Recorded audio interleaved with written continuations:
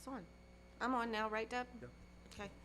I wanted to welcome everybody to the Board of Aldermen meeting for today, which is January 5th, and I wanted to welcome y'all to the remodeled town hall, and I wanted to take a minute to thank all of our staff that went through years of effort to try and get us back in here. So thanks to everybody on that. I'm going to call us to order. We are going to ask anybody in attendance to set their cell phones to silent or vibrate. The board does offer 2 opportunities to speak during the meeting. Comments should be limited to no more than 3 minutes and relate to any issue upon which the Board of Aldermen has control. Following the board's adopted rules of procedures, comments and responses, if any, shall be reserved for the open forum comment on the agenda.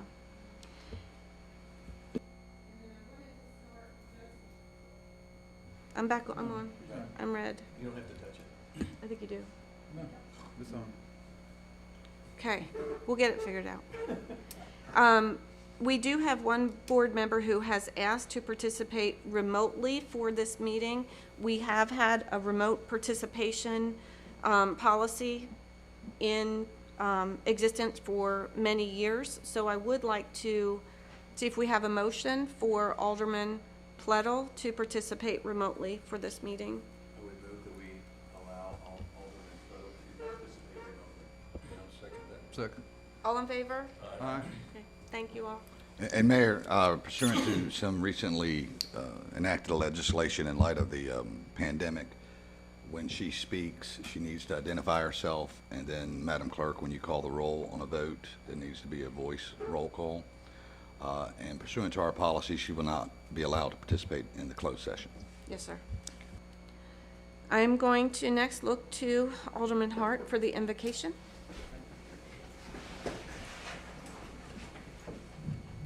Bless this town, and may it remain a beautiful and friendly place to live. We pray that this board makes fair and informed decisions tonight. We also pray that our police officers, firefighters, and members of our armed services here and around the world remain safe as they risk so much for our security. We also pray that our town be spared the ravages of hurricanes and other natural disasters, and that everyone associated with the town remain safe and secure. Amen. And Pledge of Allegiance, if everybody will join us. I pledge allegiance to the flag of the United States of America and to the republic for which it stands, one nation, under God, indivisible, with liberty and justice for all. Okay, the next item would be the approval of the agenda. Do we have a motion to approve the agenda? So moved. Do we have a second? I would like to make a change. Okay, we needed the second first, Connie, and then. Oh, for I'm sorry. No, that's okay. So we have a first, we have a motion, we have a second, so discussion. Go ahead, Alderman Plettle.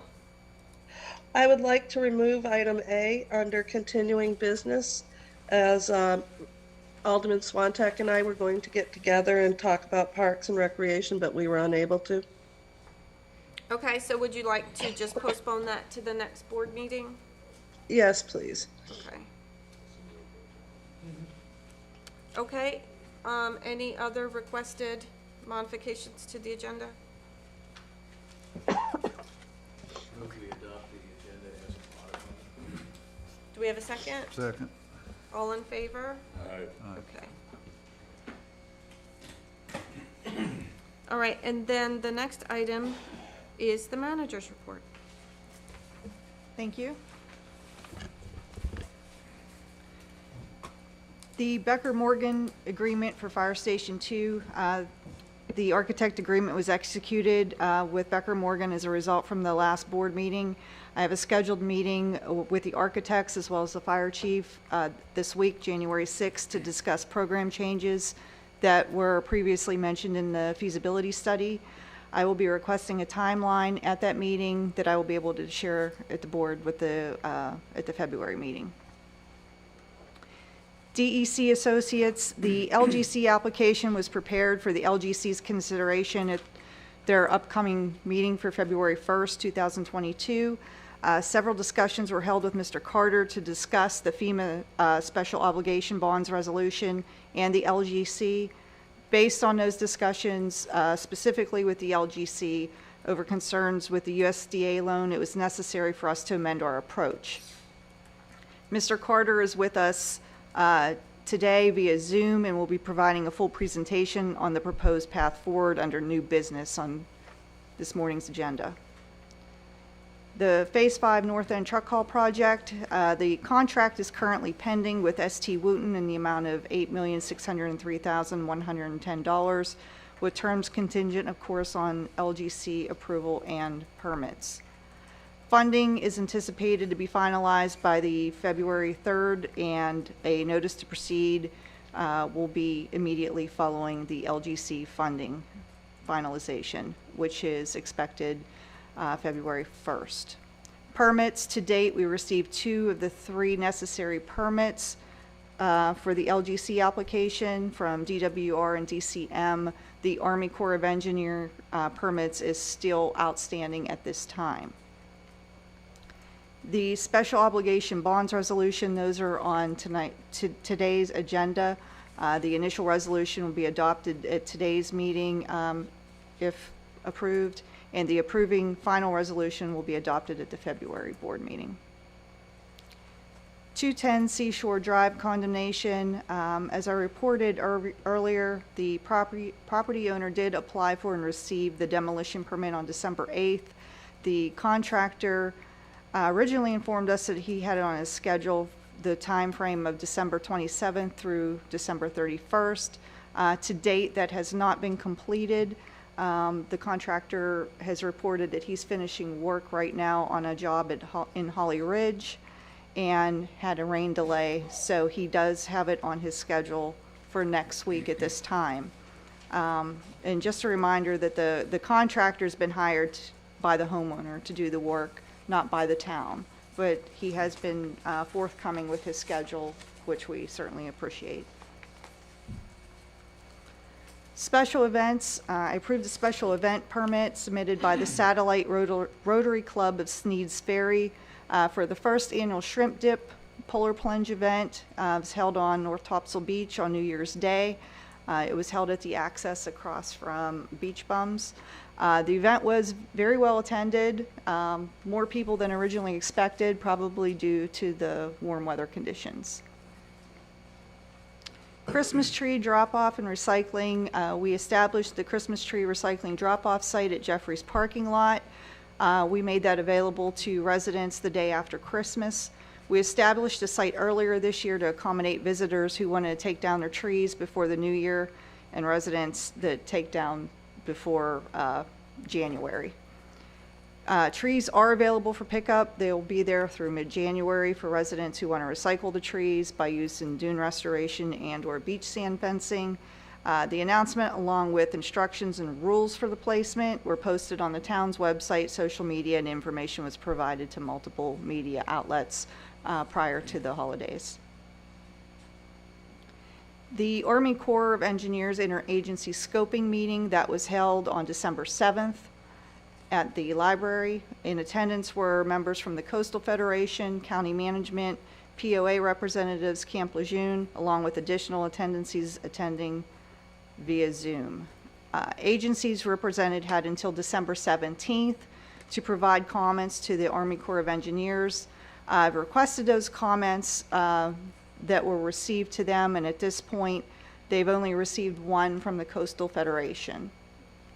In most cases, though, it's not likely these agencies will not comment until the draft EIS is released, so it's not uncommon. The Army Corps will be completing reviews between now and February, and I will, of course, provide updates as I receive them. Town Hall renovation. Before you leave that, could you Sure. clarify for people that are listening, I'm sorry to interrupt you, this does not relate to a Phase 5 project. This is looking at the north, the group called the Groin, which is not really what we're looking at right now, but it's the Army Corps project Yes. in the north end relating to work that's being up there that we have not voted on or approved. Yes, correct. Thank you. You're welcome. Town Hall renovation, we held 2 owner-architect-contractor meetings, December 17th and December 29th, along with daily progress meetings that got us to this point today. Work performed in the last 30 days by the general contractor was interior signage, the exterior door locks were installed, and various punch list items. Additional site work that was completed within the last 30 days. The furniture was delivered and installed the week of December 20th as scheduled. Staff offices moved officially on December 30th. Town Hall officially reopened January 4th at 10 a.m. The Town Hall sign has been completed, and IT installation for the boardroom and training has been completed. Elevator repairs and inspection was also completed within the last 30 days. The contractor will continue to work on punch list items, which are mostly cosmetic at this point, and the open house is being planned for January 26th. Do we know what time on the 26th? I'm just wondering. 10 a.m. Okay, thank you.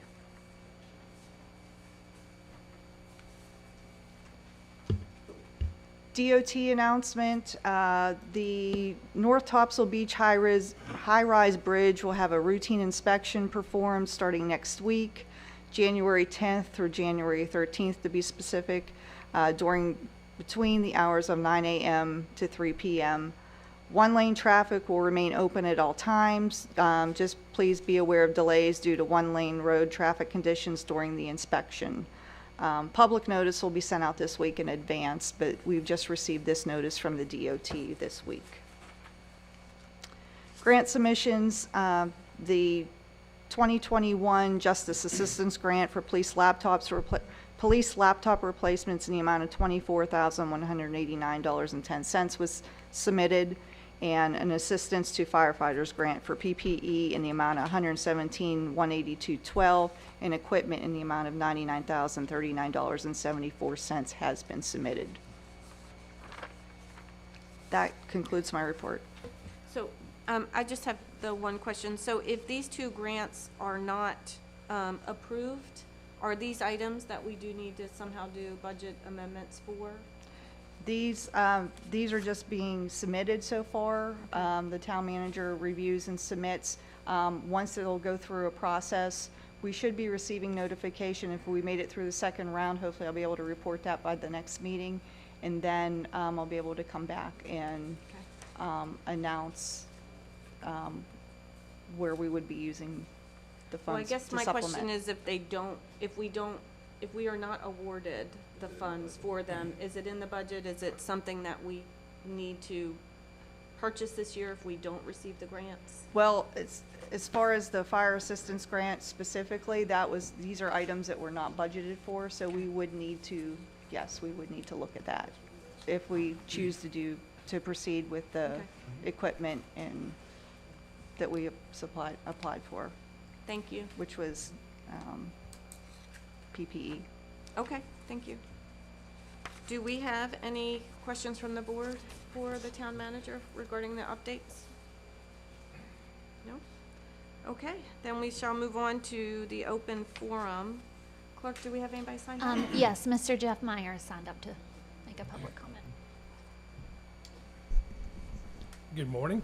Good morning. I just wanted to state that the town's statistics are absolutely incorrect, specifically with population.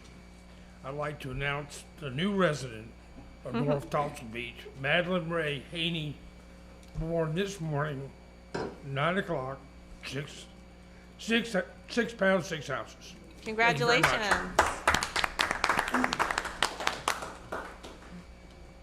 Anybody else, Clerk? That's it?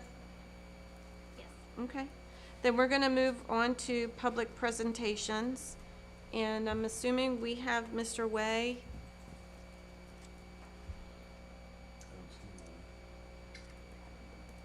Yes, hello. Hi, Fran, how are you? Hi.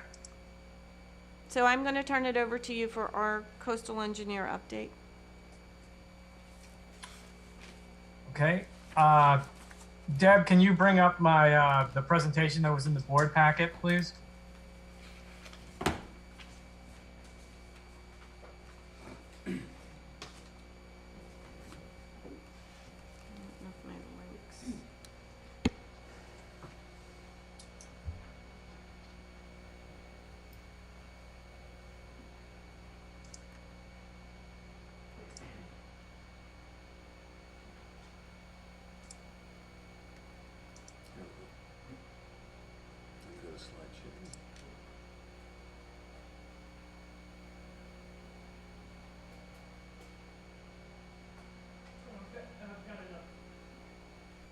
good. Fran, Yes. it's up. Okay. Can you not see it, Fran? I cannot see it. Yeah, it's on- I have PDF on my computer. Oh, there it is. I see it. I see it. Okay. My name's Fran Way. I'm the coastal engineer for Applied Technology Management. We've been working with the town since 2017 on New River Inlet, and then 2018 for the entire the beach. And you can go to the next slide, please, Deb.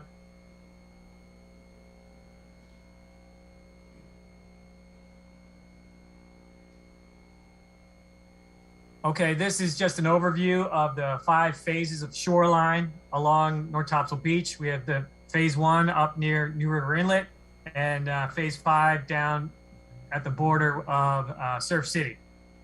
We have several projects working. The truck haul was paused, and I will get into that here in a second, north of the pier. Then we have the phase 5 project that we're in the process of obtaining all the permits, as the town manager mentioned, and the LGC funding, and the town manager has been involved, and she's been doing a great job at getting up to speed on all these projects.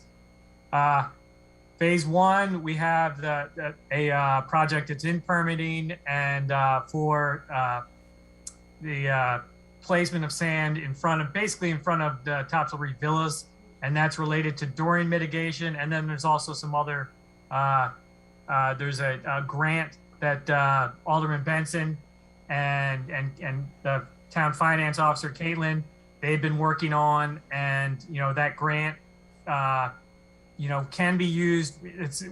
The grant has been changed by Alderman Benson to give us some flexibility on where to put that sand in between phases 1 and phases 4, and we can talk about that later. Next slide, please, Deb.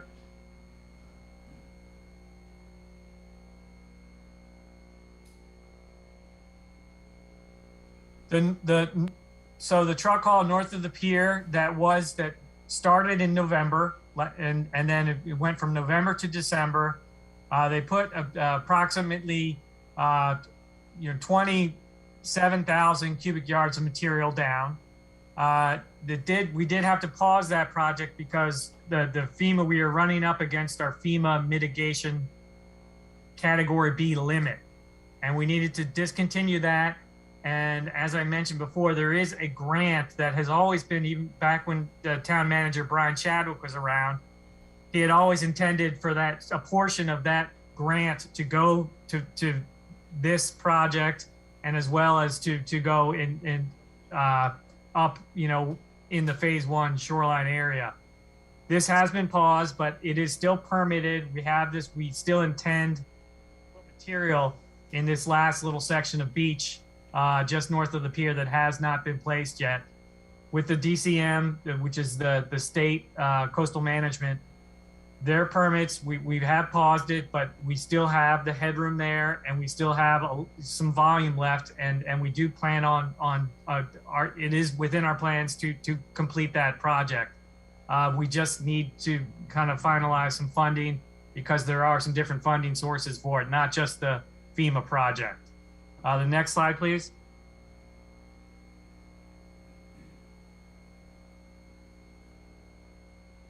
This is the project for the in front of the Topsail Reef Villas in phase 1. There's about 15 to 16,000, about 16,000 cubic yards of material that is for Hurricane Dorian. But then there's also some additional material that we're permitting, and we are hoping to, apply some of that grant money to this area. Good news is that does seem like the Department of Coastal Management is going to try to expedite this processing. That's what they told me over the late December. So we're hoping that expedited processing. We will have this permit in the next month or so, hopefully. We also need the Army Corps of Engineer permit. as the town manager has mentioned, we're waiting on the Phase 5 permit from the Army Corps of Engineers as well. I spoke with the Army Corps of Engineers for North Topsail Beach, and she mentioned that, and I just saw the announcement today, that their PGP 291, the programmatic general permit that they rely on for their coastal permitting, has just been renewed today. And since that has been renewed, then she can use that process, the PGP process, to finalize that Phase 5 project. And she said she could get it done by next week. And then for this Phase 1, I'm hopeful that they'll get it, they'll keep it kind of parallel processing with the core project. All these projects that put material in the intertidal area and mean high water area, they require the Army Corps of Engineer permit. The dune project that we have just done, that was above, well above mean high water. And so the Army Corps knew about it, but the Army Corps does not have jurisdiction there. And so we did not need permits for that. But for these projects that we're putting, sand in the water, we do need Army Corps of Engineer permits. Next slide, please, Deb. Here's the Phase 5 permit, the Phase 5 project that, we had the bidding, and then the permit, 2 out of 3 permits are finished. And then we're working on the LGC financing. That's the, next major step. And, we're still kind of on schedule. As soon as that February 3 LGC meeting comes, assuming, a positive outcome, we can, immediately start the mobilization process and everything with the sand hauling. Next slide, please. Fran, before you go on, could I ask a question Yes. here? That section that's in red on your diagram to the north, up to 3828 Allen Drive, I'm not sure what station that is. Looks like it's station 780. Have you know anything about the extension of the permit to cover that area? Has it been approved yet? I've discussed that. As soon as the Army Corps of Engineer permit gets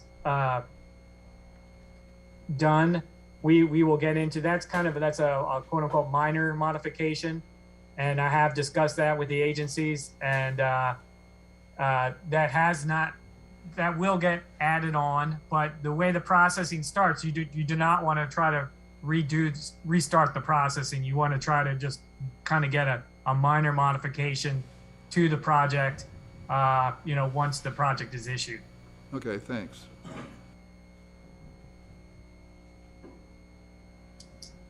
Okay, and then this is again what I was mentioning before. This is a lot more material. This is about, the northern half will be about 300,000 cubic yards of material. It will add, up to 100 feet of beach. And this is beach and not dune. And so it's, and we'll start on that this spring, and then winter and spring, and work on it. And then whatever we're not finished by the end of this, by April, we will start up again in November.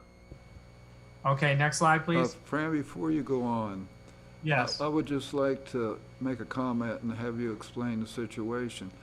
We are able to be putting sand on the beach rather than in the dune because this Phase 5 area is an engineered beach, correct? And that's the beauty of having an engineered beach. And that's what we're striving for, to be able to do by eliminating the COBA restrictions in other sections of the town, so that when we do have hurricanes and severe erosion, we can qualify to put sand on the flat beach part that we all enjoy during the year, rather than just being able to rebuild the dune line to protect infrastructure. Just a comment. Yes. I mean, establishing an engineered beach, yeah, that's generally correct. And obviously, the COBRA zone is very restrictive with that federal funding. But basically, all the beaches up in North Carolina, they're either a core beach or they're, they fund privately, and then anytime a federally declared storm comes by, FEMA will come in and we'll get that FEMA mitigation for engineered beach. And so we do, the federal government, whether it's the Army Corps of Engineers or whether it's FEMA, has this backstop for, pretty much most of the shorelines along North Carolina. However, with exception, one major exception is the Cobra Zone. And yes, and that is it's very restrictive, and it's a tough thing, and the town has been working to try to remove that for several sections of shoreline, and I think that's a good idea. Can I just add one comment? Fran, you had responded back. Would you go over, we had talked a little bit about the Phase 5 project, and I think to Mike's point, by creating an engineered beach in that area in 2015, when there was, 1.3 million cubic yards of sand put down.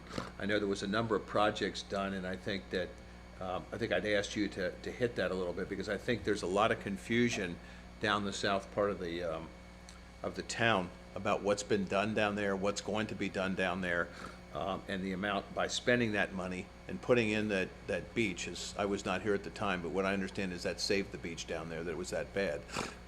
But if you could go into that, because I think one of the things Sure. that's lost in this is by the town spending that, and again, I wasn't part of the decision making, but the research that we've done shows that the value that was added to that part of the beach by making it an engineered beach, to Mike's point, was pretty substantial, and that every time there's been a project down there since then, the fact that it's an engineered beach has created additional value for the town in terms of millions of dollars. So if you would address that, since Mike brought that up on this thing, I think it's the right time.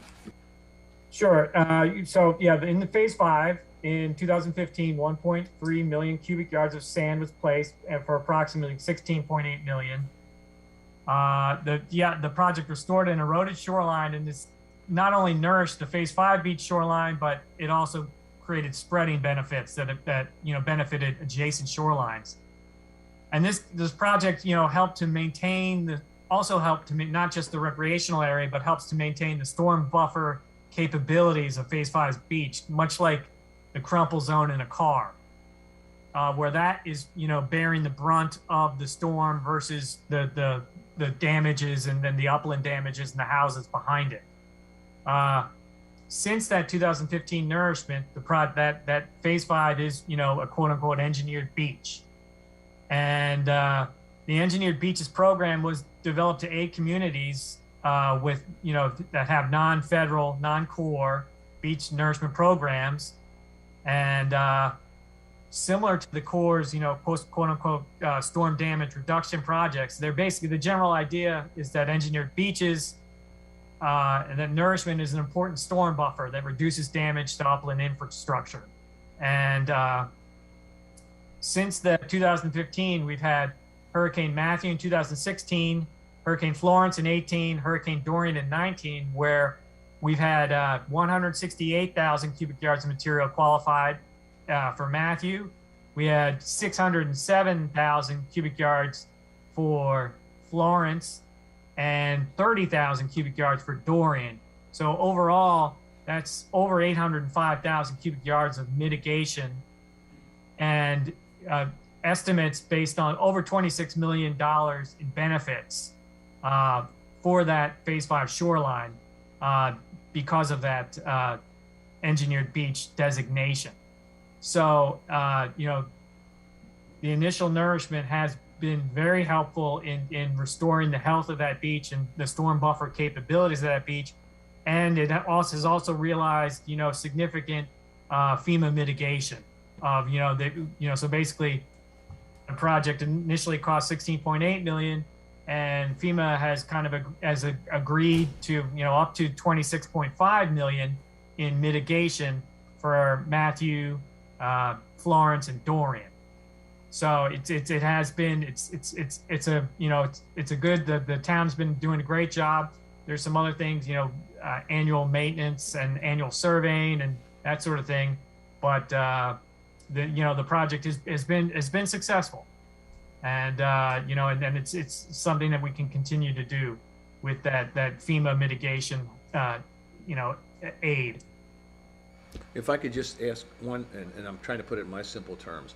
When the town put down 1.3 million cubic yards of sand, the next time that there was a measurement on the beach of a loss after a hurricane, as I understand it, if we hadn't put that down, we'd be starting at a 1.3 million cubic yard lower base, correct? So by building it up, it created the ability for us to be able to build back up that beach. Is that correct? Yes. Mm-hmm.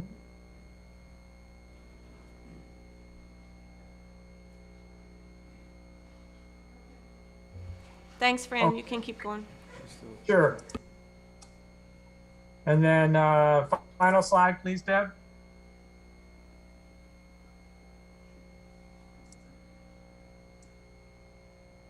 Oh, that's actually not the final slide. This is the Onslow County Beach Access 4, and I will have to the Alderman Benson, Mayor Pro Tem Benson. He has been working with the county on this one. I'm sure he will give an update on this. This is an important project where we need to have that continuous dune buffer, the dune line. And obviously there have been a couple, even just an event in early November where, water washed in and washed into the road and everything behind this because of that gap in the dune at this project in this area. So, this is an important project that needs to be done. And we're working with Onslow County on that. Final slide.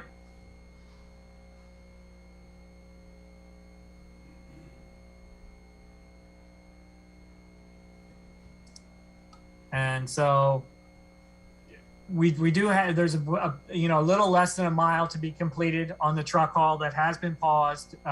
We do intend to, start that up again here. A lot of this is just, repeating what I've already just spoke about. The Phase 5 project we've kind of gone into, and the town manager has as well. We had the bids for the Phase 5 is going along. We had the Phase 1 FEMA Category G project, as well as the Phase 1 permitting for the Topsail villas. That is ongoing. As the town manager mentioned, the New River Inlet Management Plan, we had that meeting in December, and we're just continuing the EIS processing. And I'm continuing to work with the finance officer and DEC regarding the LGC and that funding. CO planting will begin here in May, and then county beach access, which I also mentioned. And so that's my presentation. Thank you, Fran. Does the board have any additional questions for Fran? Thank you so much. I appreciate it, sir. Okay, thank you. Next on the agenda is the presentation of our audit from Mr. Eubanks.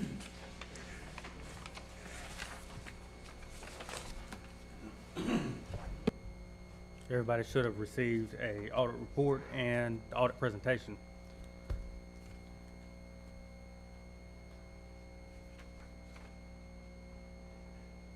I'll just wait for the presentation to be put up on the screen. My name is Austin Eubanks. I'm the audit manager of our Wilmington office for Thompson Price Scott Adams. I am a certified public accountant and a certified fraud examiner.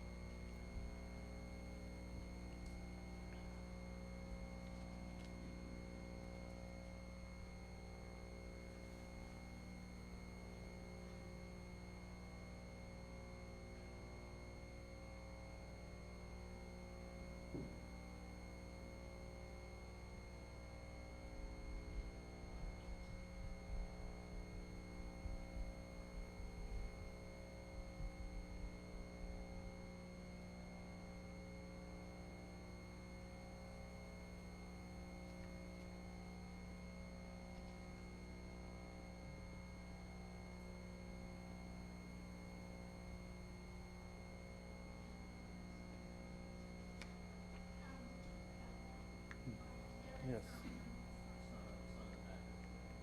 It's not in. That's fine. Everybody should have We a hard we have copy. paper copies Yeah, up you have a here, hard so- copy in hand, so It'll be available on the website. Yep, and we can then post it and have it available on the Right. website. So Perfect. we're good to keep going. all right. So going on to page 2, the required communications. I was able to design the audit as a reasonable assurance, and I will say that this audit has been approved and accepted by the LGC as of today. And we did get it on time this year as well. It was, I think we submitted it on November 29th to the LGC. We were able to plan and perform all our procedures and have complete access to management and all the required information. So our work was not limited in any way. We did have a non-compliance with the budget this year, and I will, there's also review that on page 14 of this presentation in more detail. Along with the additional of this audit, we had a single audit, and we did audit the FEMA grant, and there was no findings in that grant.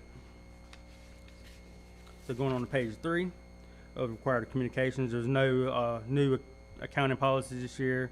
Management, judgment, and accounting methods were considered reasonable. No, all the financial statements disclosures were neutral, consistent, and clear for the year. And we did not have any major disagreements with management.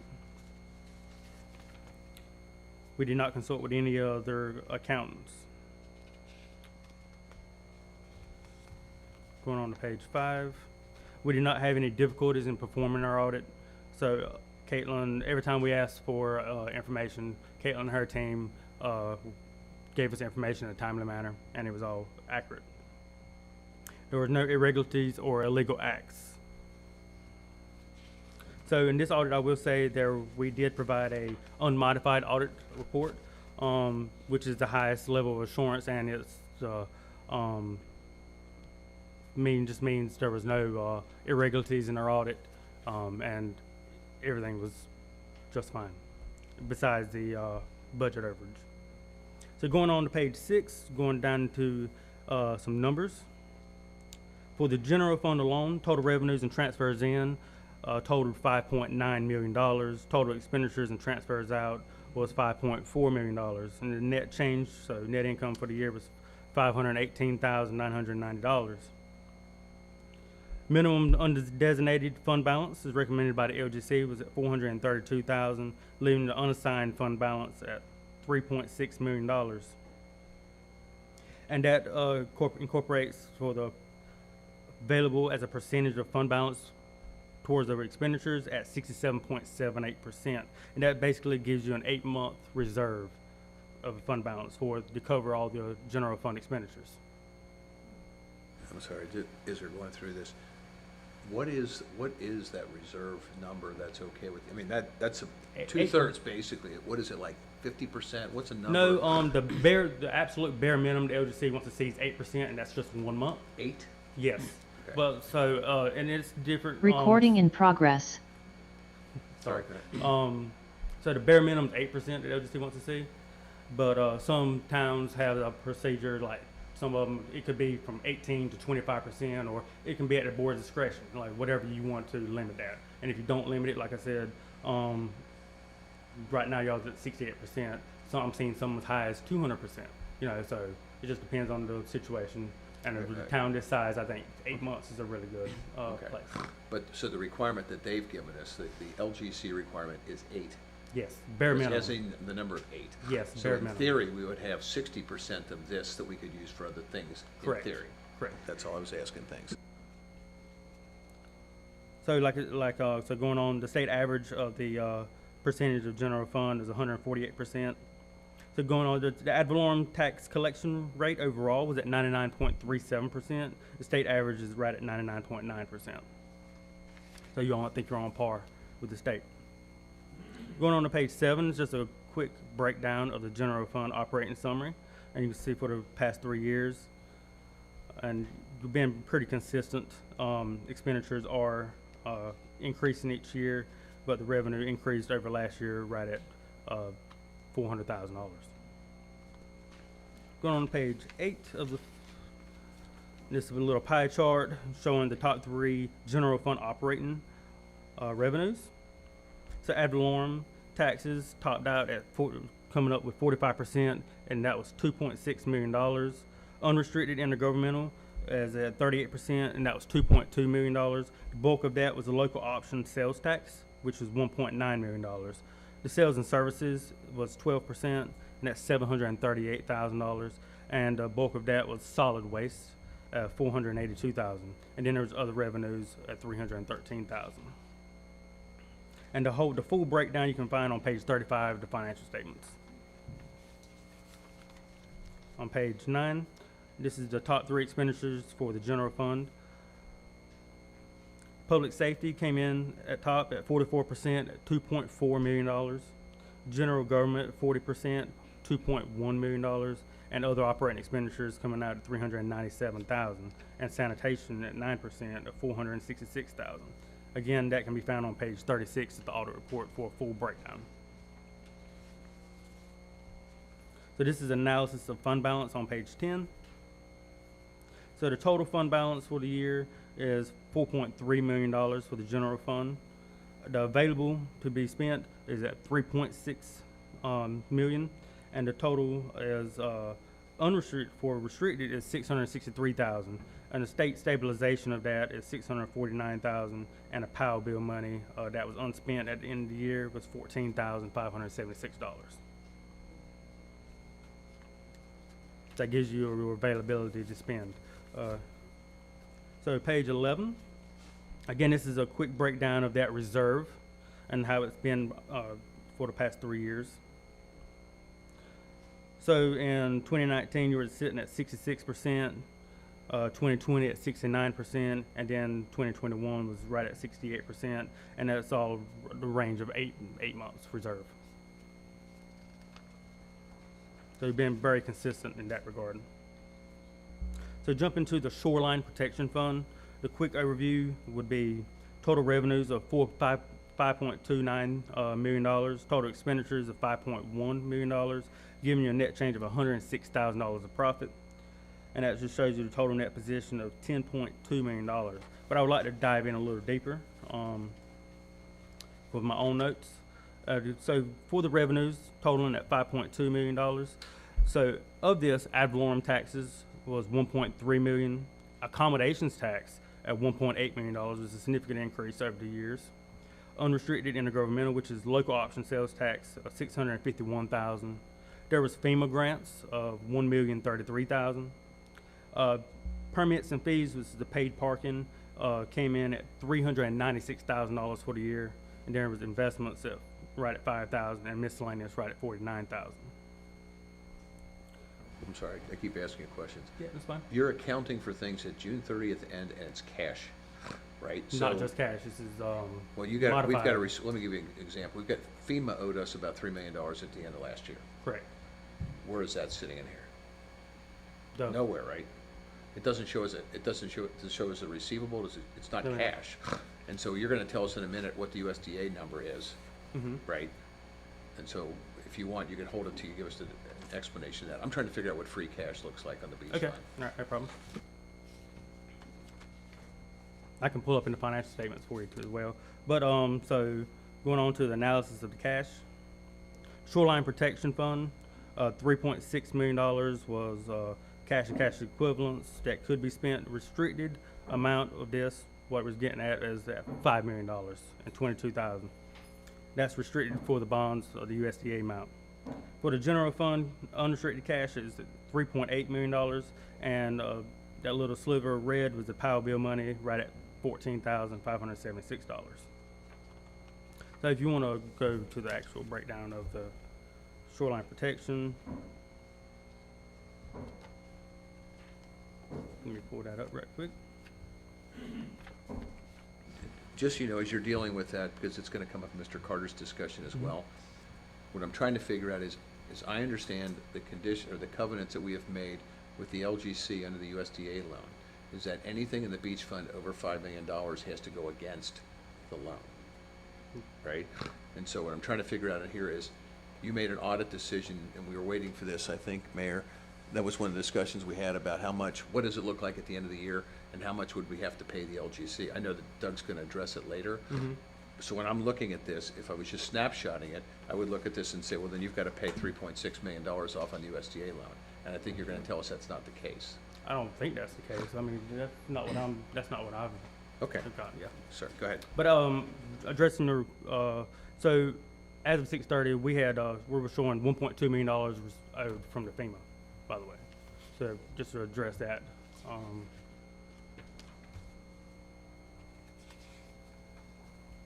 So going on, to address those financial statement findings, so you can find the actual findings on page 36 and 39 to see exactly what the actual dollar amounts was overage. But it was over in the general fund and the shoreline protection fund. So looking at the shoreline protection fund alone on page 39, the overage came up to be $2.1 million of overage over the budget. So, I mean, that's just something to address going forward. I think the LGC will request you to send them an email or some kind of documentation addressing how you will be addressing this going forward.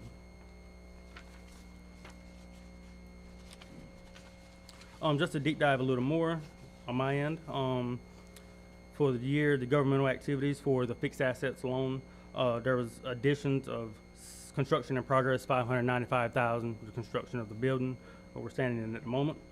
Vehicles and motor equipment at $22,000, and we did have we did decrease the amount of vehicles of $731,000. They were old vehicles that were still on the capitalization, and they should have been off in previous years.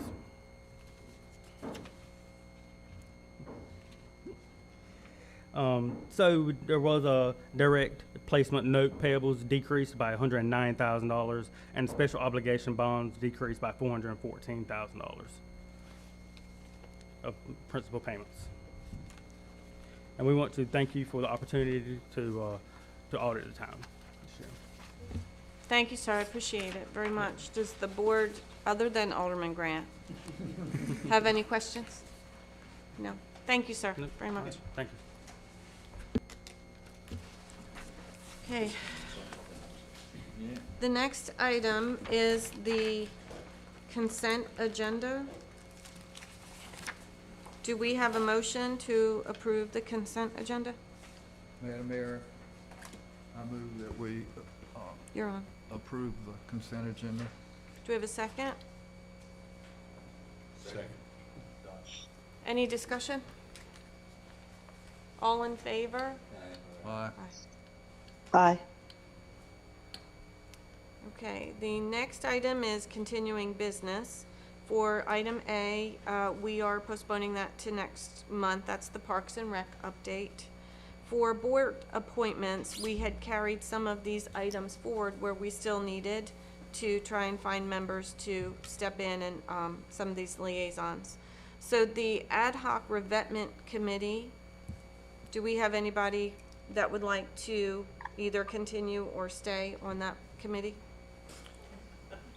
Madam Mayor, I have been on this committee since the get-go, back before this building was even damaged by Florence, which was quite a while ago. But I feel like of that initial committee, there are only 2 of us that are still present in North Topsail Beach, although there have been 3 or 4 other people join this committee over this period of time, but they since have moved on. So I feel like I kind of have the institutional memory of what's gone on in the past and where we are, and so I would volunteer to continue on the committee. Thank you, sir. Liaison to the Onslow County Board of Commissioners. I'm sorry. I don't think we need to make a motion on that. Oh, just a motion on each one. Okay, so do we have a motion to allow what? The committee, as it stands today, the chair would be the town manager. I would be a member.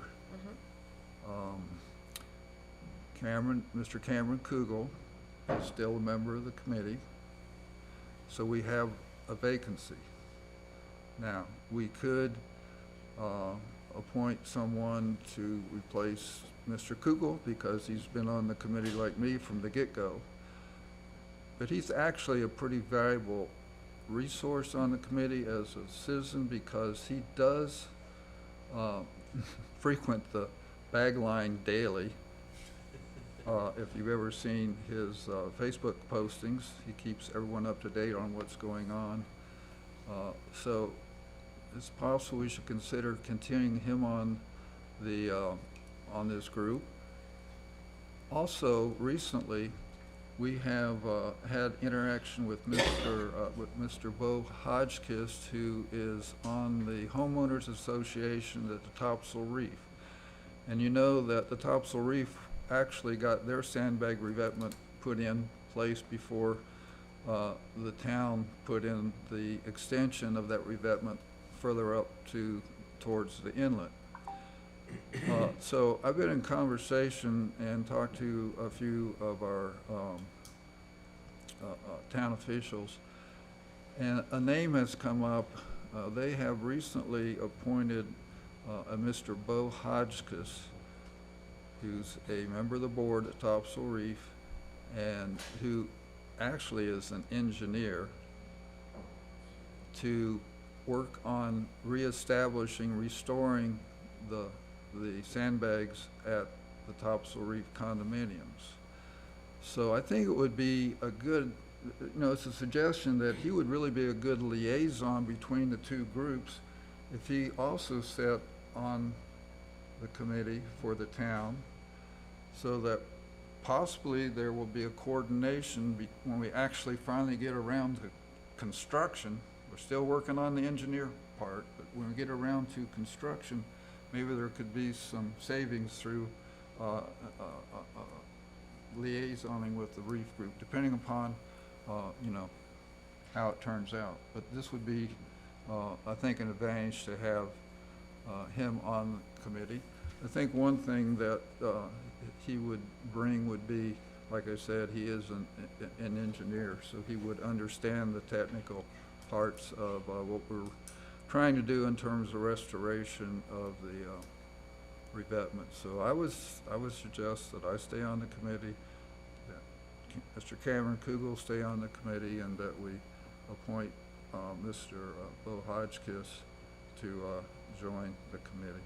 And the only addition to that is I want folks to know that our town manager's on that committee too. Well, she is the chair for the town. Right, Yeah.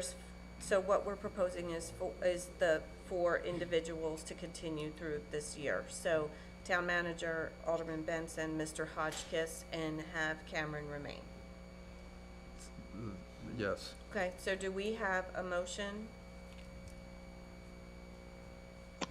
I move that we adopt those as the members of the revetment committee. And do we have a second? I second. Thank you. Any discussion from the board? All in favor? Aye. Aye. Okay, the next one is the liaison to the Onslow County Board of Commissioners.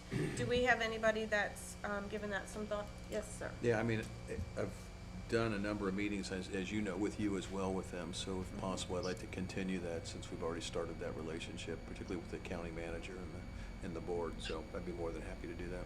And we probably need to work to get some quarterly meetings on the schedules. Okay. Absolutely, that was one of the, because they talked about doing that before, and I just think now we're past the holidays, it's time to step that up. Okay, so Alderman Grant has volunteered. Does anybody want to make a motion? I move that Alderman Grant be our liaison to the County Board of Commissioners. I have one more. Do we have a second?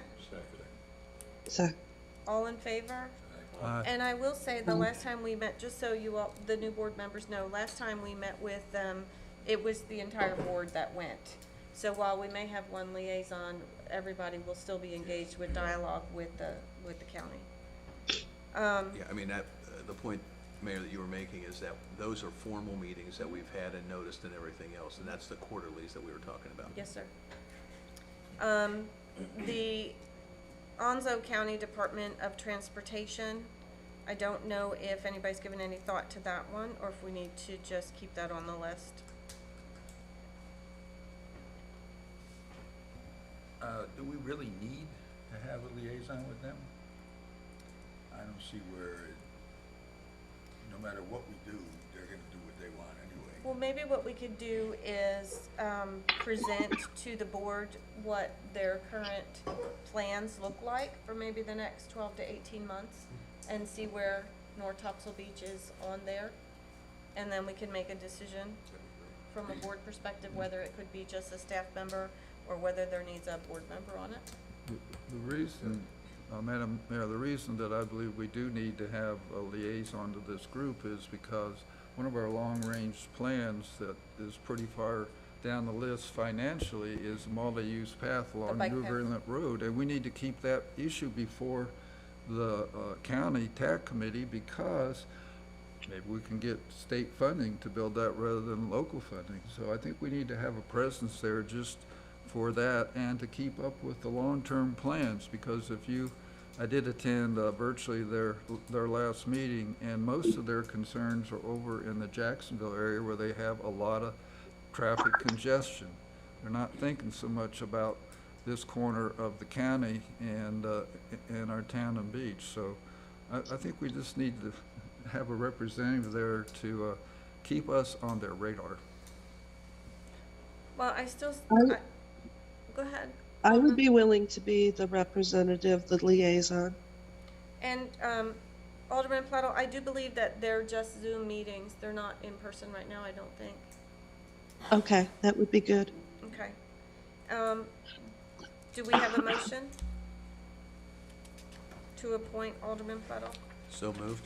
Do we have a second? All in favor? Aye. Okay, good. The next one, Alderman Plato, I was actually thinking about you too. Ms. Meyer was attending these. Again, they're conference calls or Zoom meetings. It's with the Topsail Area Chamber of Commerce. And really what we were trying to do there, it ties into the Parks and Rec Committee, because what Alderman Meyer was doing was trying to give them updates on what plans we might have, to see if they could help us also push and promote and advertise what we're planning on doing for our community. Yes, I'd be willing to do that. I was actually on the board years ago Okay, for perfect. a couple terms. So Thank you very much. Do we have a motion? Second? All in favor? Aye. Ooh, I didn't think we'd get through those. Good. Okay, the next item is Mayor Pro Tem. This is the BISAC update. I thought this was kind of a cute acronym.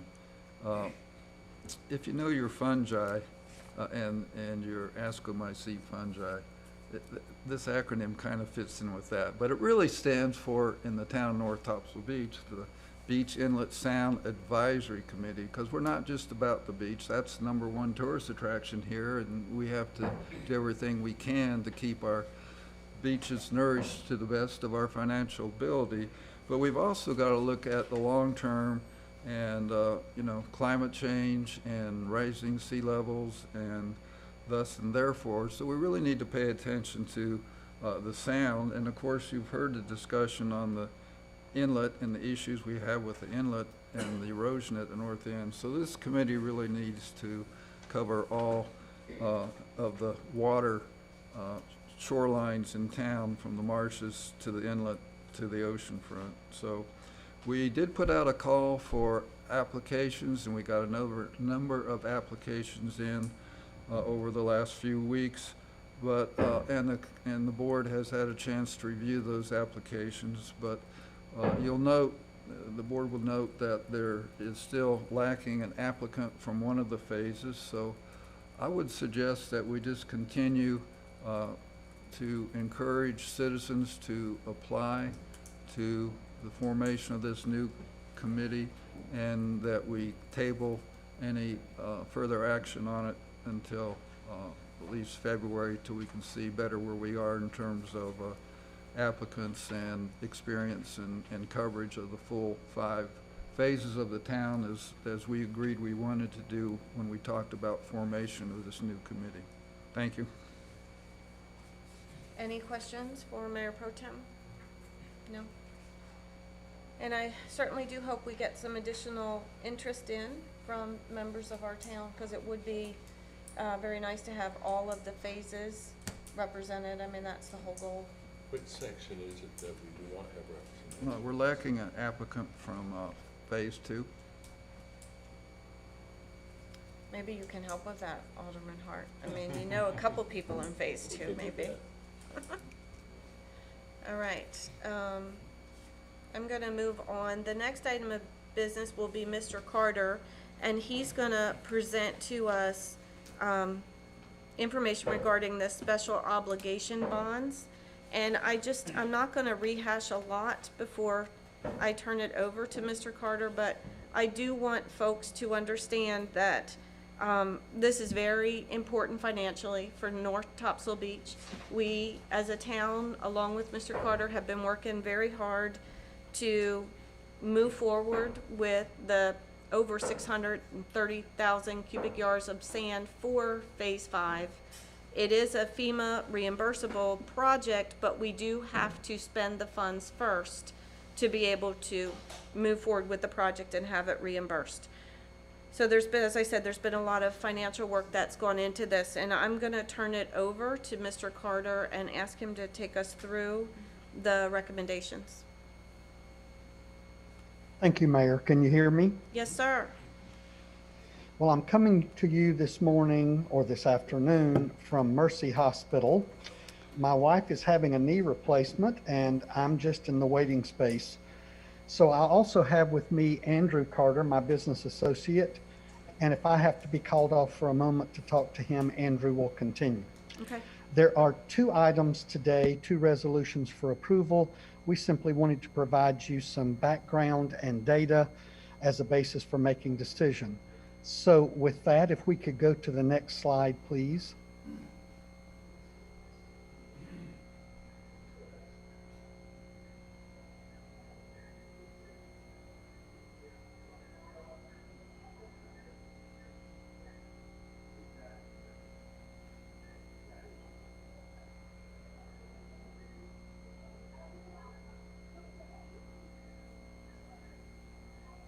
Thank you.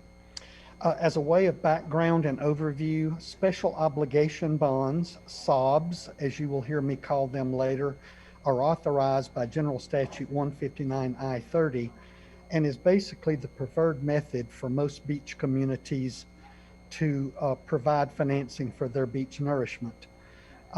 Some information that will be useful to you pursuant to that statute is it requires the use of municipal service districts to issue special obligation bonds.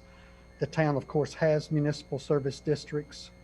Under a SOB, there is a pledge of selected town revenues that are not taxes levied by the town, and you can pledge fees that you levy.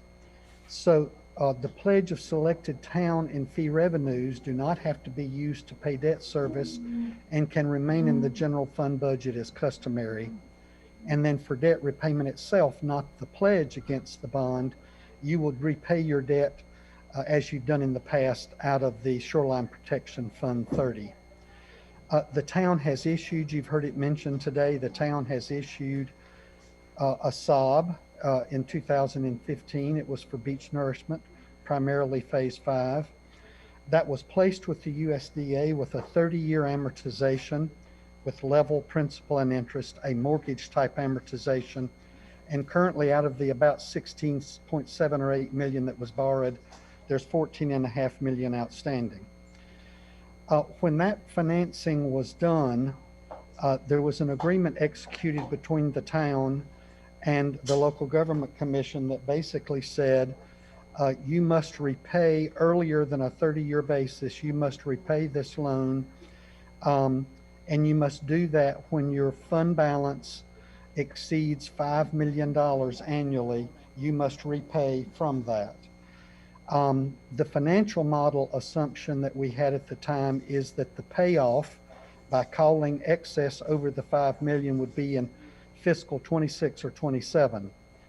I will report to you by reviewing the audits that there has been no fund balance that has exceeded 5 million since 2015, including this year, because the fund balance definition is not cash position fund balance, it's fund balance that's unassigned or available for appropriation. And currently for this year that was just audited, that was over $3 million. So there were no funds available to do the call. The FEMA storm grant reimbursements that were mentioned earlier by the mayor and others have been a partial cause to not being able to have the 5 million. And this could be well into the future unless we do our FEMA SOB that we'll talk about currently. Also, the fund balance has not exceeded 5 million in any year because there's been a reserve that has had to be built up that's currently just over $5 million. Next slide, please.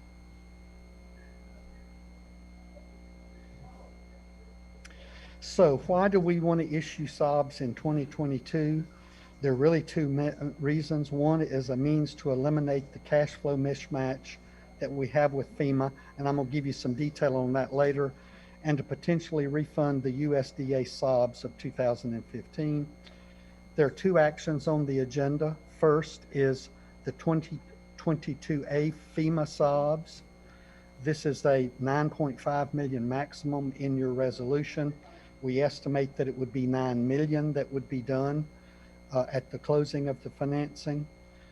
This is first of two tranches to do the two FEMA projects. And I'm going to give you some more detail a little bit later on why the tranches and so forth. For all beach towns, unfortunately, there's been a slowing in reimbursement for FEMA grant funded projects, which is why a lot of beach towns have done FEMA SOBs. They were originally done by Nags Head. They've since been done by several other beach towns as a means to cover the cash flow problems that occur. In a FEMA grant, the last 25% of the grant is held back until the project is deemed completed. And sometimes the reimbursement for that final 25% can take up to 24 months. Now we hope that will improve over the years. Unfortunately, it's not improved, it's gotten worse. The FEMA SOBs that are issued, I spoke to you about pledged revenues. There are no town revenues pledged to the FEMA SOBs. It is simply the repayment from FEMA. We have received from PNC a term sheet at a rate of 1.96%. And this deal would give us 1 year maturities in hopes that we get paid in 1 year, but there are two extensions and each of those would have a rate reset. I have listed the transaction fees for you to do this financing. If you adopt the resolution today on the 22A, it would approve those fees. The 2022B is going to be approximately 9.2 million in size, we estimate. This particular one is currently we're working on getting this one done. The LGC has increased efforts on us to repay the USDA loan. Now, in the model that I mentioned earlier that was run, we did not show any payments being made until the fiscal year that we just ended. And in fact, had we received all of our payments from FEMA, there would have been a small amount that we could have called or repaid, early paid. But of course, because we did not have reimbursement from FEMA, that lowered the fund balance and therefore did not allow us to do that. There is material savings available if we do this refunding of the USDA SOBs, and I'm going to show you data on that in a minute. And the transaction fees for that you would approve later, but we estimate those to be in the same range as to where we are on 22A. Next slide, please. Mr. Carter, I did have a question on the transaction fees. Could we just go back to the previous slide real quick? Sure. I don't know what the abbreviation FA is? That is our firm, Okay. financial advisor. Oh, okay. All right. So that's you guys. All right. I just wanted to make sure that it was clear to myself as well as everybody reading it what those were for. Sorry. No, Yeah, that's okay. That's FA, financial advisor. Okay. Thank you, sir. Yes, ma'am. Okay, just a little data, more data on the FEMA SOBs. We have 2 approvals from Florence and Dorian that we're getting ready to start on. The total of those 2 exceeds 17 million. Because of the size of these storm projects, 17 million, the delivery method, which is truck haul, and the nourishment windows that are available to do this much sand, there's a need to do 2 tranches of renourishment. And so in order to save money and to match the 2 tranches of work in the sand placement, we are going to do the first tranche that we're discussing today. That tranche 1, 2022A, will begin in February as soon as the LGC has approved and will operate to the end of April. And then it will pick back up and continue into November and to December with the hope that it's completed by December of 2022. Tranche 2 will actually, as I understand it, we will bid it in the October time frame, go to the Local Government Commission for approval for that tranche, and it will begin approximately in January and be completed by April of 2023. These times are subject to change, of course, based upon conditions, and have come to us from Fran Way. As I said earlier, under this particular financing, there's no pledge of town revenues. It's only the revenues that are coming from the federal government. The benefits we see is that it will eliminate the negative cash flow impacts we've had. The one we've had in the audited year just completed that did not allow us to prepay any LGC funds. Without SOBs, if we do not do the 2 SOBs financings, the holdback on this 17 million would be over $4 million that could be outstanding to you for up to 2 years, which is a significant impact on your cash flow and fund balance. In fact, currently you don't have 4 million in available fund balance.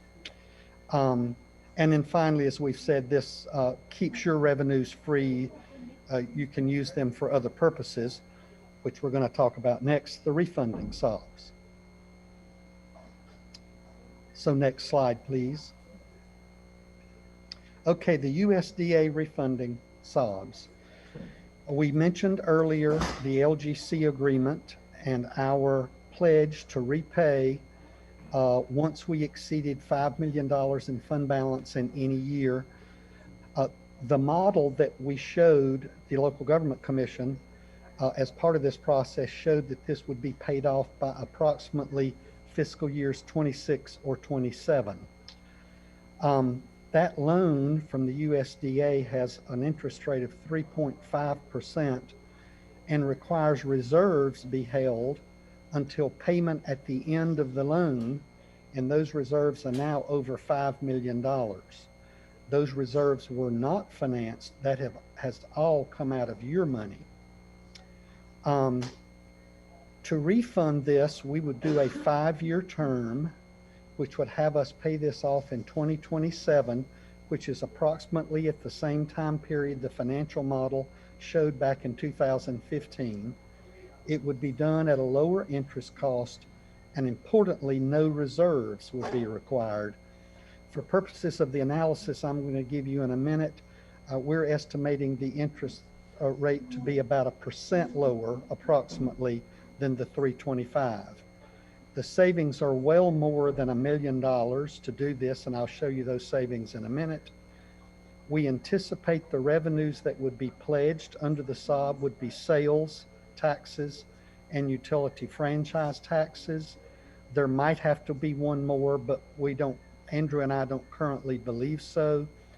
That pledge of those taxes would be decided once you adopted the documents for this refunding, were you to choose to move forward and do it. We have gone to PNC, which has been the primary lender for beach nourishment across the state of North Carolina. They are currently in credit review of this. We had a discussion again yesterday. Andrew had a long one. We feel positive about this, but at the current time, this term sheet and loan has not been fully approved. We should have that completed by the end of January. Now, the benefits of these SOBs are that it eliminates the LGC agreement. It would be gone. The debt would be paid off, so there would be no more accelerated prepayment. It provides dollars quicker for beach nourishment projects after the loan is prepaid or is repaid in 2027, and it creates material savings, as I said, over 10% of the refunding principal. And then the important thing, and we discussed this fully with the manager and with Fran, essentially the payoff in 2027 would coincide with the next nourishment cycle of phase 5 and would free up all the revenues because the refunding would be paid off in 2027 to look using that money for the next renourishment cycle in phase 5, or for that matter, other parts of the beach. So next, I'm just going to show you a quick review of what the economics are. So if we could go to the next page, please. Currently, as you see at the top, your current USDA loan has principal as you see it in 23 through 27, and interest, and in the next 5 years between 2023 and 2027, the time period for the refunding, were we to refund it, is just over 2.1 million. For your benefit, if you kept this loan outstanding until its maturity, the total interest payable to the end would be about $5.9 million. Now, if we looked at a prepay of the current USDA loan using the method anticipated in the LGC agreement, and we've assumed for this analysis that we would have available about 1.4 million in each year to pay in addition to the debt service that you see just beside it. Now, if we did that method, you can see there are some savings when compared to the current USDA loan repayment process, nearly $400,000. Now the benefits as we see it of refunding the SOBs now, as you can see, we would only issue a bit over $9 million because we could use the reserve that is currently held in the bank as part of the refinancing and lower the principal by $5 million.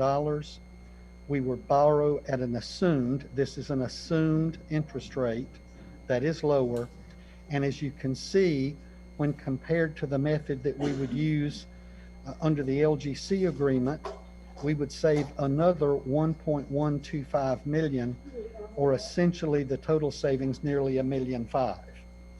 And so there are significant economic advantages as we see them, and they're primarily twofold. One, we could use the debt service reserves that were required by USDA now to lower the amount of principal and pay it off. And then, of course, we would have a lower interest rate. So last slide, please.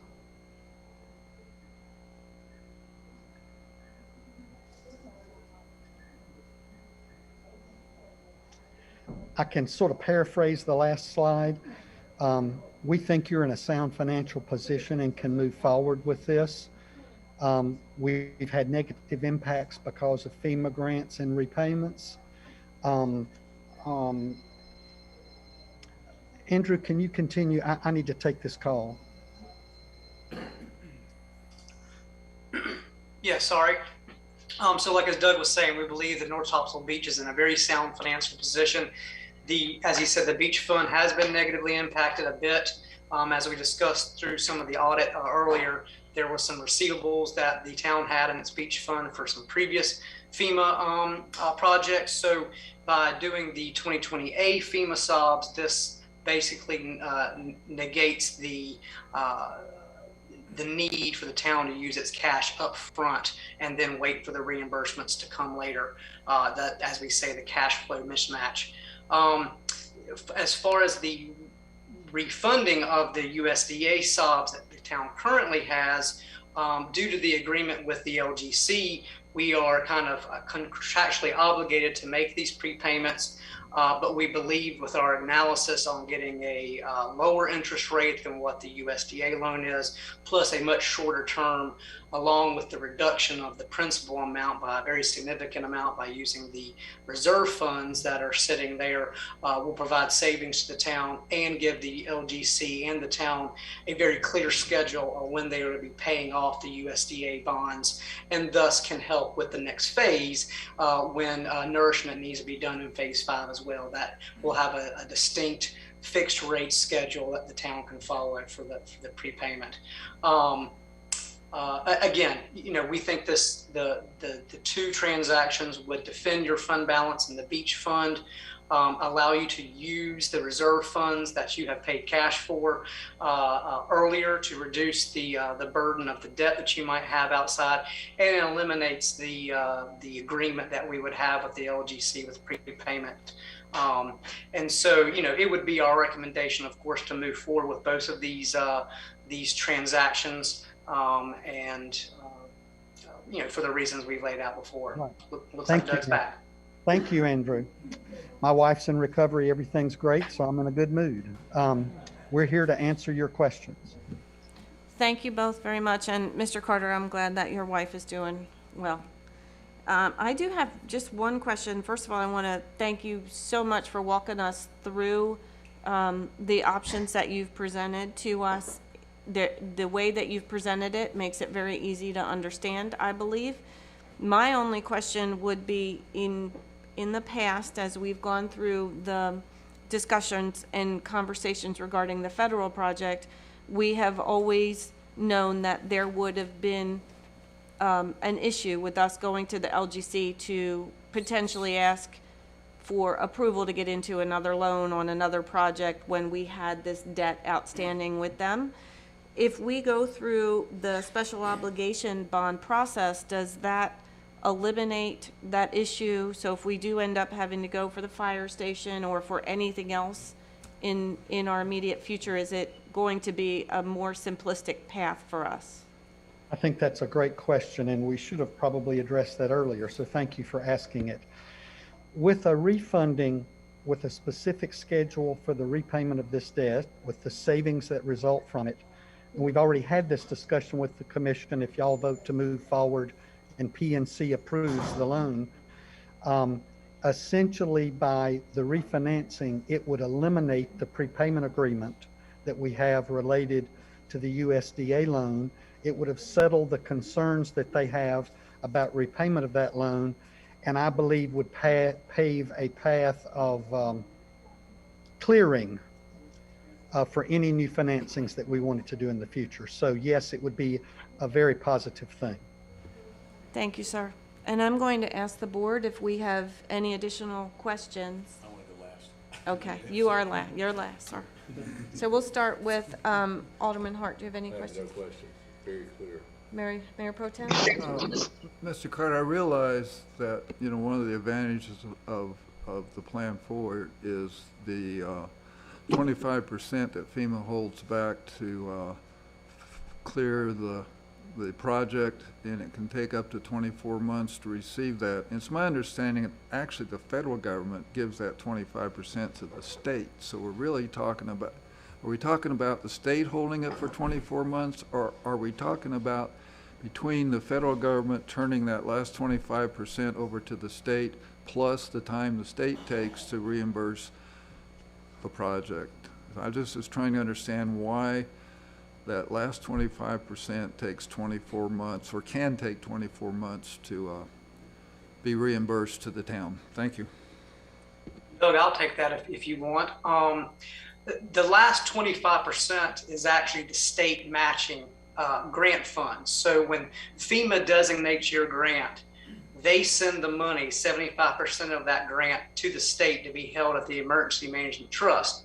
because they already have that money appropriated in their federal budget in that year. So once the grant gets awarded, it's almost instantaneous that the money gets transferred to the state level.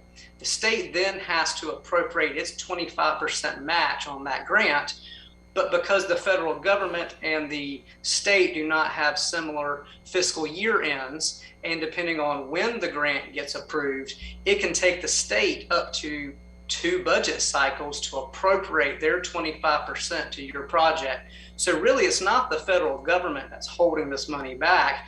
It's when the state can appropriate their 25% to put into your project.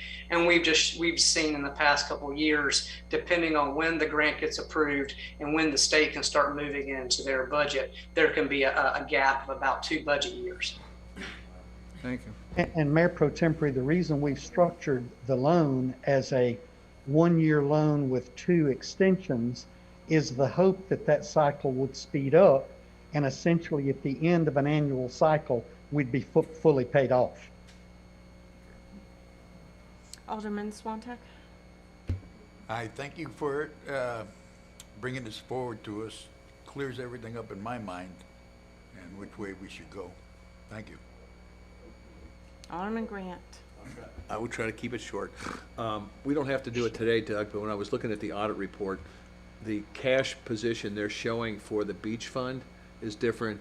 I want to, and I know you're clearing up the USDA loan with the LGC, but I'd just like to understand why they're showing the $3 million available. And that was a question I asked him, so we don't have to take the time with that now.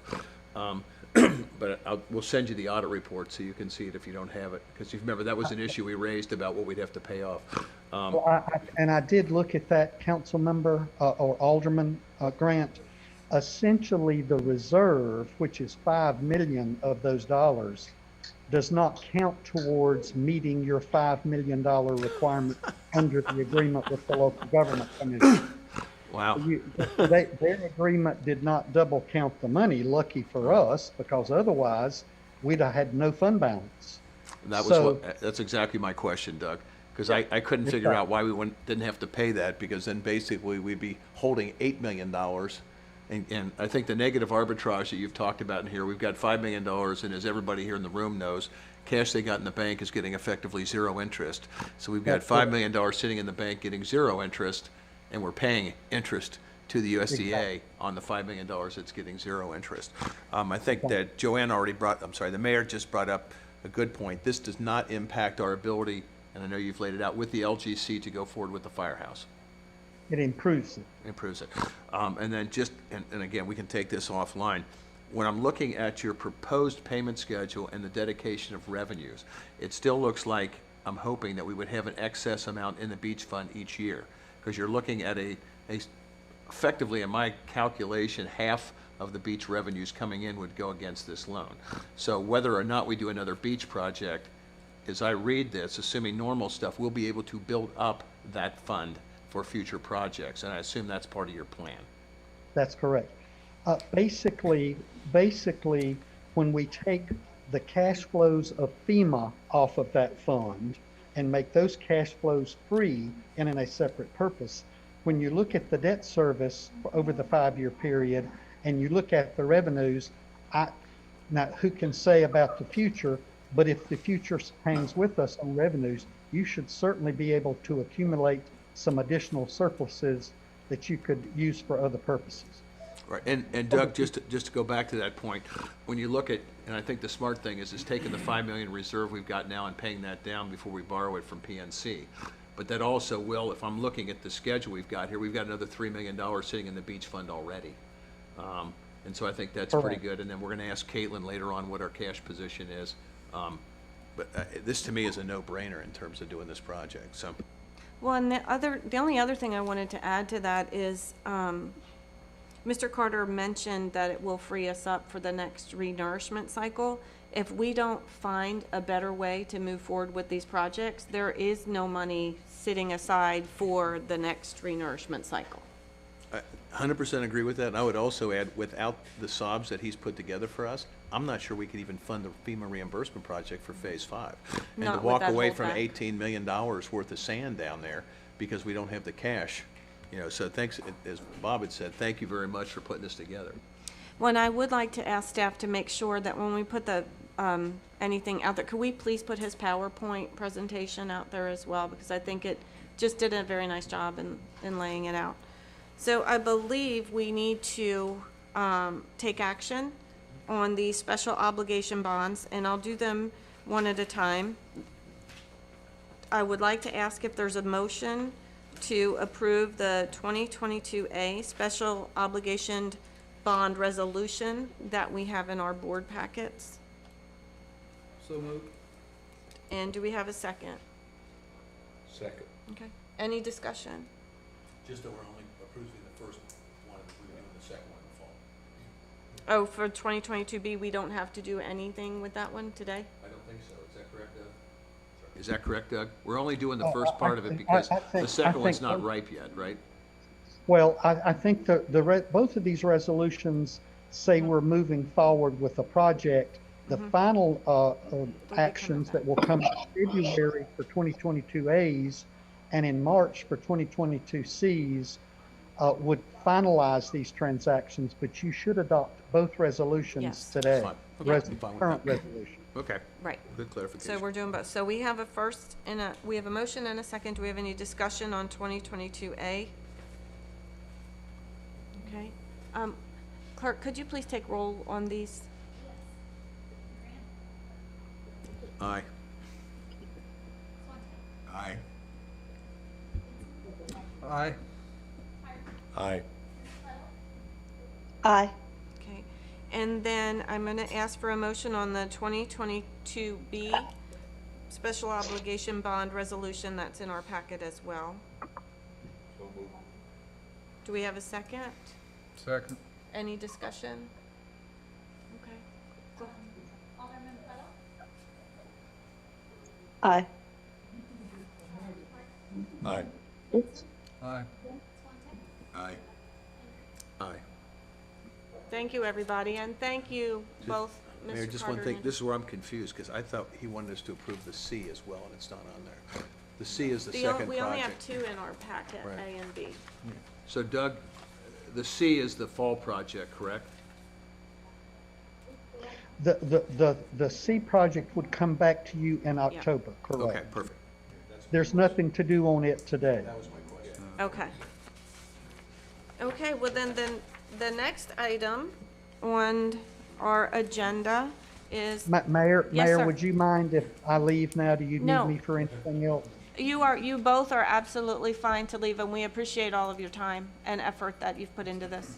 And I Thank you hope much. your wife does well. Good luck with your Thank wife, you. Doug. Thank you, thank you. Okay, the next item is the second open forum. Do we have anybody signed up? No, ma'am, we do not have. Do we have anybody that'd like to? Yes, sir. Mike, you were talking about the sandbags, trying to combine maybe savings there. I just want, as you know, that the sandbags that were put in front of Topsail Reef were at no expense to our town. They were paid for by the owners. I think a lot of times I read, I don't know, I shouldn't, on Facebook, everybody thinks that the town paid for those sandbags. I want to make sure that it's on the record they did not. Thanks for that clarification. Thank you, sir. And when I spoke with Mayor Pro Tem about this adding Topsail Reef potentially to the revetment committee, I thought as a stakeholder, because your bag lines join, that it makes perfect sense for everybody to know what is going on. Yeah. Thank you, though. Anybody else like to speak? Okay. Then we're going to move on to the attorney's report. We have some things to discuss in closed session, otherwise I don't have a report, Mayor, thank you. But other than Happy New Year, everyone. Okay. All right, and then for the mayor's report, there's two things. I believe it might be in January that Onwassa will be coming back to the town with an update on where we are with the booster pump that they've been working on for the south end of North Topsail. So that we'll be able to bring that information back to everybody when it's been presented back to us. And the other thing I wanted to do is just really thank everybody for all the hard work. I know we've still got a few kinks that we're working on in the building, but we're back finally. So I think the rest of it seems minor, and we'll just get through it. Okay, and I'm going to start with Alderman Hart. I'd like to thank the town for providing such great facilities that we've got today, which is one heck of an improvement over anything I've ever experienced with the town. And Happy New Year to all of you, and we're glad that you are attending. It looks like 1,000% improvement in attendance. So thank you. Mayor Pro Tem. Thanks, Mayor. I'd add my seconds to Alderman Hart. The town staff has worked extremely hard these last few weeks to get us back in this building. We really have to give our hats off. And there was to the town manager for keeping everything on track. But the staff really worked. It was a team effort when they moved from temporary town hall back into the new building. So I really have to give another hats off to the town staff for working so well together to get us back in town hall. Okay, a couple of things to report on. The North Carolina Resilience Community Action Program we are part of through the Topsail Island Shoreline Protection Commission of 3 towns, had a public meeting back in December to go over some of the criteria and issues that are facing the 3 towns in terms of global climate change, sea level rise, and so forth. And I would just call your attention to the fact that there is what's called a story map website that you can find either on the Shoreline Protection Commission webpage, or you should probably get it on the town webpage. And in this story map, you will see that there are a couple of different graphics that you can play around with that show the effect of climate change and sea level rise on right here on Topsail Island. It's scary.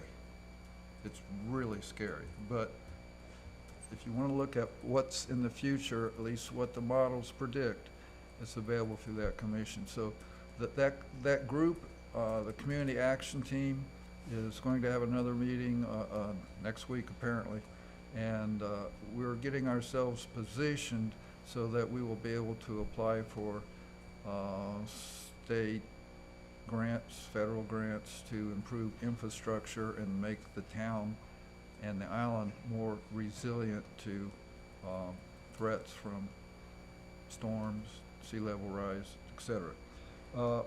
The other thing I wanted to talk about from the Topsail Island Shoreline Protection Commission is there's an initiative that is being led really by Mayor Steve Smith in Topsail Beach on beach waste and microplastics.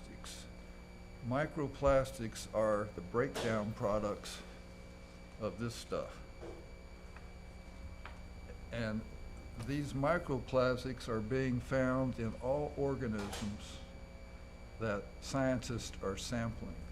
It's a huge worldwide problem.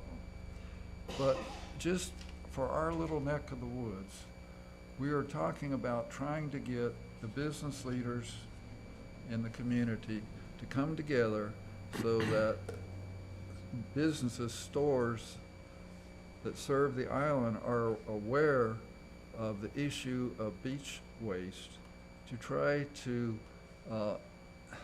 eventually educate the public about bringing what to bring to the beach. Everybody knows no glass bottles, et cetera, that sort of thing, but just make the public more aware and make the business owners, the grocery stores, the convenience stores, to be selling products that don't produce these microplastics if they are left on the beach and get into the ocean environment. And it's great to be back in town hall. Thank you, Mayor. Thank you, sir. Alderman Swantek. I'd just like to thank everybody for coming out today. I know it's different from 6 o'clock to 11 o'clock, but we got to good showing. It was brought up at our last meeting about a committee for occupancy taxes,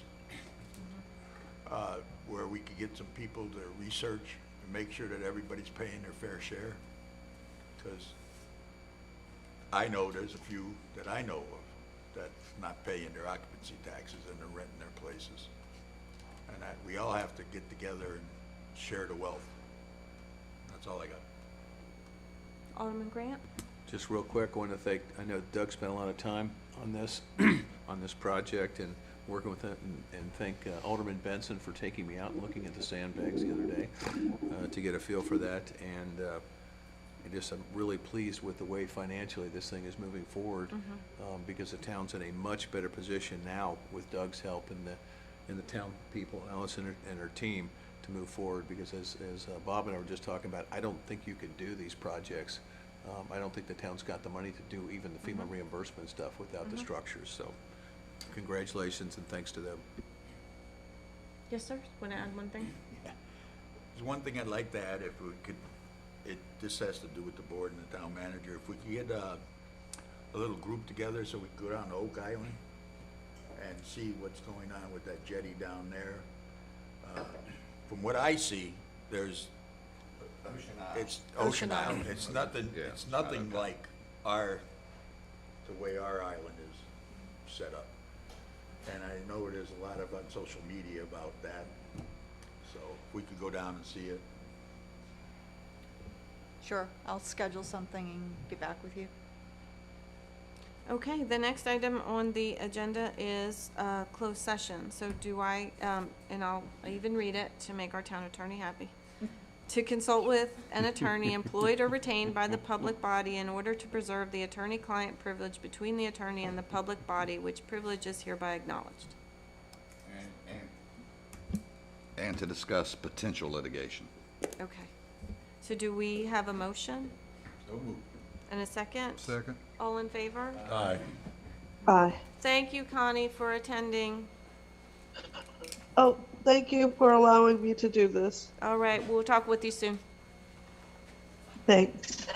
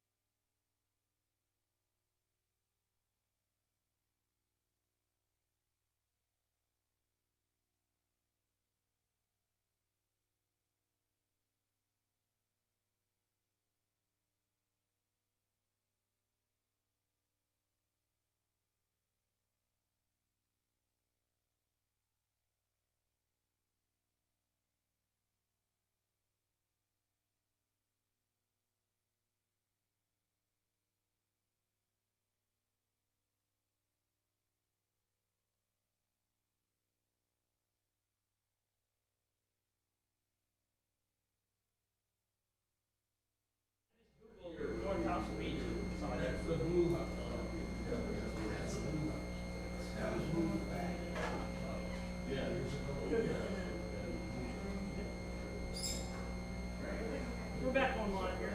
Okay, all right, we are back in open session, and I just want to say that no action was taken while we were in session.